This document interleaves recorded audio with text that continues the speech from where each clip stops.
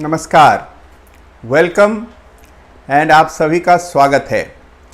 देखिए, आज इस वीडियो में मैं आपके सामने एक ऐसी चीज़ रखने जा रहा हूं जो कि हर ट्रेडर के काम की है। मुझे बहुत सारे ट्रेडर्स मिलते हैं, बहुत से लोग मिलते हैं और उनकी हमेशा एक कंप्लेंट ये रहती है कि जहां वो स्टॉप लॉस रखते हैं वहीं तक कई बार स्टॉक के प्राइस आते हैं, उनका स्टॉप लॉस हिट करते हैं और उसके बाद वापस से तेज़ी बन जाती है। अब ऐसा होने पर देखिए, ट्रेड से वे वंचित रह जाते हैं क्योंकि आपको तो इनफैक्ट नुकसान हो गया और बाद में आपने देखा कि स्टॉक तो कहीं का कहीं बहुत तेज़ हो गया। ऐसा होने पर बहुत टीस होती है, दुख होता है, झल्लाहट होती है कि भाई जिस स्टॉक को आपने ख़रीदा उसमें आपने तो नुकसान लिया और वो स्टॉक बाद में 10%, 15%, 20% भाग गया। अब देखिए, जब ऐसा होता है तो आमतौर पर लोग अपने भाग्य को कोसते हैं या फिर स्टॉक मार्केट को कोसते हैं, ऑपरेटर्स को कोसते हैं।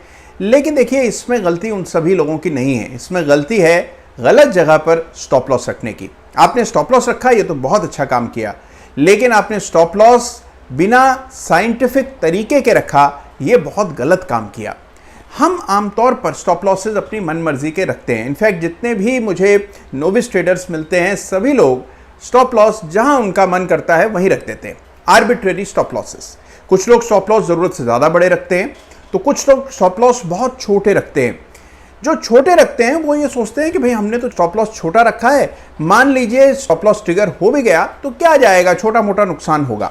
बात तो सही है, लेकिन आप ट्रेड से वंचित रह जाएंगे, ट्रेड आपके हाथ से निकल जाएगा और ट्रेड के हाथ से निकलने की कॉस्ट जो है, जो प्रॉफिट आपके भाग्य का था जो आपने छोड़ दिया, वो बहुत बड़ा नुकसान होता है। तो देखिए, इंपॉर्टेंट चीज़ यहाँ पर यह है कि स्टॉप लॉस को सही जगह पर रखना बेहद ज़रूरी है और इसके लिए एक पूरा तंत्र है, एक पूरा सिस्टम है जो कि आज इस वीडियो में मैं आपको बताने जा रहा हूँ। देखिए, ये जो सिस्टम मैं आपको आज बताऊँगा, ये आपको किसी भी किताब में नहीं मिलेगा। और दूसरी चीज़ ये है कि इस सिस्टम को पुख्ता करने में काफ़ी वक्त गया है। तो आज जो मैं सिस्टम आपको बता रहा हूँ, इसको कहते हैं ATR, एवरेज ट्रू रेंज। ये एक इंडिकेटर है जो लगभग सभी चार्टिंग सॉफ्टवेयर में आपको शर्तिया मिलेगा। तो जो भी चार्टिंग सॉफ्टवेयर आप यूज कर रहे हैं उसमें आपको एवरेज ट्रू रेंज यानी कि ATR इंडिकेटर मिलेगा। ATR इंडिकेटर की मदद से रखा जाता है साइंटिफिक कैलिब्रेटेड स्टॉप लॉस, यानी कि बिल्कुल सही, जायज, नापा हुआ स्टॉप लॉस रखने का जो साइंटिफिक तरीका है उसको ATR कहते हैं। तो आइए देखते हैं ATR का स्टॉप लॉस कैसे रखा जाता है। तो आइए ATR इंडिकेटर का इस्तेमाल करते हैं। अब देखिए, ये इंडिकेटर आपको सभी चार्टिंग सॉफ्टवेयर में मिलेगा।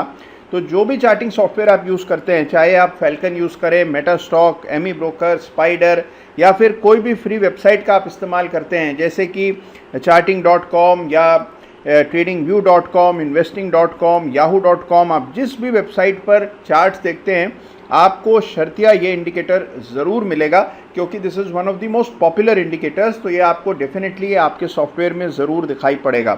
आपको करना ये है कि मेन्यू में जाइए जहाँ सभी इंडिकेटर्स लिखे होते हैं और ATR यानी कि एवरेज ट्रू रेंज इंडिकेटर को चूज़ करें। फुल फॉर्म देख लीजिए, ATR एवरेज ट्रू रेंज, और ये 10 पीरियड्स के लिए आपको डालना है। अब देखिए, ये जो इंडिकेटर है इसका इन्वेंशन किया था वेल्स वेल्डर जूनियर ने। वेल्स वेल्डर जूनियर वही हैं जिन्होंने RSI इंडिकेटर भी इन्वेंट किया था और ATR जो है इसका इस्तेमाल किया जाता है स्टॉप लॉस रखने के लिए। और ये इंडिकेटर कैसे डाला जाता है, कैसे देखा जाता है, ये मैं अब आपको बताने जा रहा हूँ। सबसे पहले हाई और लो का डिफरेंस निकाला जाता है और पिछले 10 दिनों से उसको स्मूथ किया जाता है और फिर जो वैल्यू आती है वो चार्ट पर डाली जाती है। तो अभी अब आप देखेंगे एक रेखा बनेगी प्राइस चार्ट के नीचे और वो बताएगी कि कितना बड़ा स्टॉप लॉस रखना ठीक रहेगा। तो अगर आप देखिए, मौजूदा स्तरों के हिसाब से इसको देखते हैं, 10 पीरियड का ATR हम लोग चार्ट पर डाल रहे हैं। ये बैंक निफ्टी के फ्यूचर्स का चार्ट है, 10 मिनट्स का चार्ट हम देख रहे हैं और आप ATR की वैल्यूज़ अब स्क्रीन के बेस पर आती हुई देख रहे हैं। जैसे मिसाल के तौर पर ये अभी के हिसाब से अगर आप देखें तो 102 रुपये के आसपास ATR की वैल्यू फ़िलहाल चल रही है। यानी कि आप 10 मिनट के चार्ट्स पर अगर ट्रेड कर रहे हैं तो आपको 102 पॉइंट्स का स्टॉप लॉस रखना पड़ेगा अगर आप बैंक निफ्टी ट्रेड करते हैं। और ये जो स्टॉप लॉस है ये सही स्टॉप लॉस है। इससे छोटा स्टॉप लॉस अगर आप रखते हैं तो वो नाहक ही बेवजह हिट हो जाएगा। अब एक मिसाल किससे इसको समझने की कोशिश करते हैं जिससे ये हमें पूरी तरह समझ आ जाए कि ATR का स्टॉप लॉस कैसे रखा जाता है।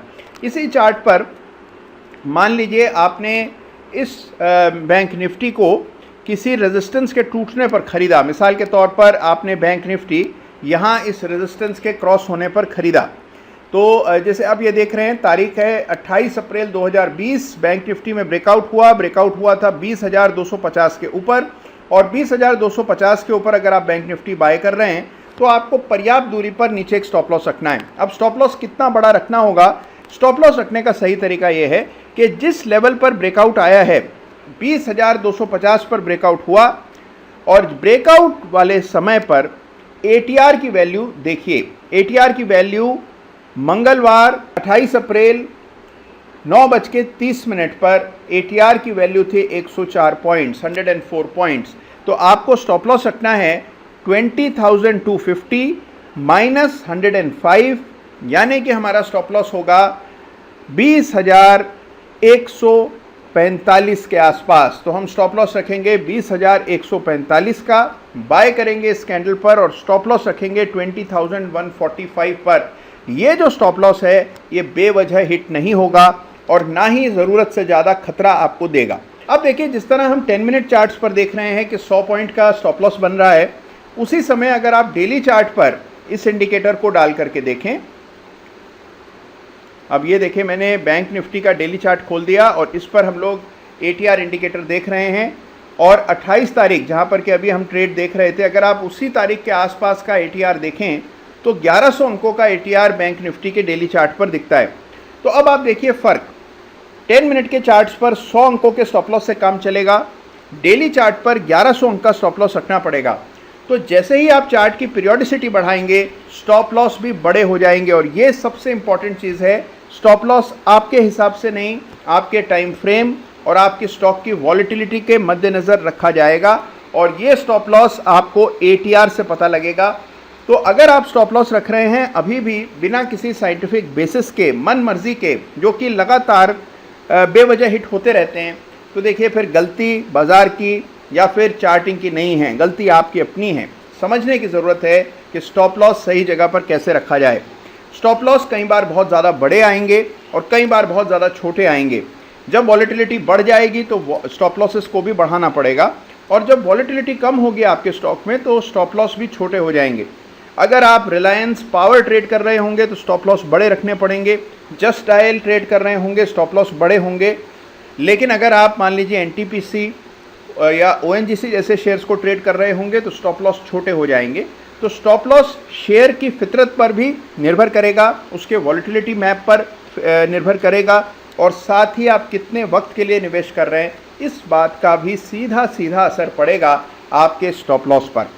तो देखिए, अब अंधेरे में मत रहिए, स्टॉप लॉस रखिए सही जगह पर। तो अभी मैंने आपको दिखाया कि बैंक निफ्टी पर स्टॉप लॉस कैसे रखा जाता है और स्टॉप लॉस कितना बड़ा रखना पर्याप्त होगा। लेकिन अगर आप चाहते हैं किसी शेयर में स्टॉप लॉस को रखना, तो वहाँ पर भी ATR की मदद से आप स्टॉप लॉस तय कर सकते हैं। एक जल्दी से एक स्टॉक का एग्जाम्पल भी मैं आपको दिखाई देता हूँ। और ये जो चार्ट आप देख रहे हैं ये TCS का है, डेली चार्ट हम लोग देख रहे हैं। मान लीजिए आपने इस ब्रेकआउट पर 29 अप्रैल को TCS को बाय किया, उस समय का ATR देखिए 84 अंकों का ATR दिखाई पड़ रहा है। ये मैं इस कैंडल की बात कर रहा हूँ, ये वाली जो कैंडल है 29 अप्रैल की, इसको गौर से देखिए। 84 अंकों का स्टॉप लॉस रखना होगा, और ये ब्रेकआउट लेवल है 1870 के आसपास, 1870 का ब्रेकआउट है। तो इसमें से 84 घटा देंगे तो रफली आप देखिए 1790 के आसपास स्टॉप लॉस रखना पड़ेगा। तो 1790 का स्टॉप लॉस रखेंगे और स्टॉप लॉस तय हो गया ATR के ज़रिए। और ये सबसे बड़ी उपलब्धि है, हम छोटा नहीं रख रहे हैं, बड़ा नहीं रख रहे हैं, कायदे का सही स्टॉप लॉस रख रहे हैं। तो देखा आपने कि ATR कितना इम्पॉर्टेंट है, कितनी आसानी से चार्ट पर डाल सकते हैं और कितना उपयोगी साबित होता है। जो भी ट्रेड आप लेते हैं आपको पता होता है कि स्टॉप लॉस कहां पर रखना है, और ATR का स्टॉप लॉस बेवजह हिट नहीं होता है, क्योंकि एक कैलिब्रेटेड स्टॉप लॉस है, सही जगह पर रखा गया है, और तभी हिट होता है जब स्टॉक में वाकई में एक रिवर्सल आता हुआ दिखता है।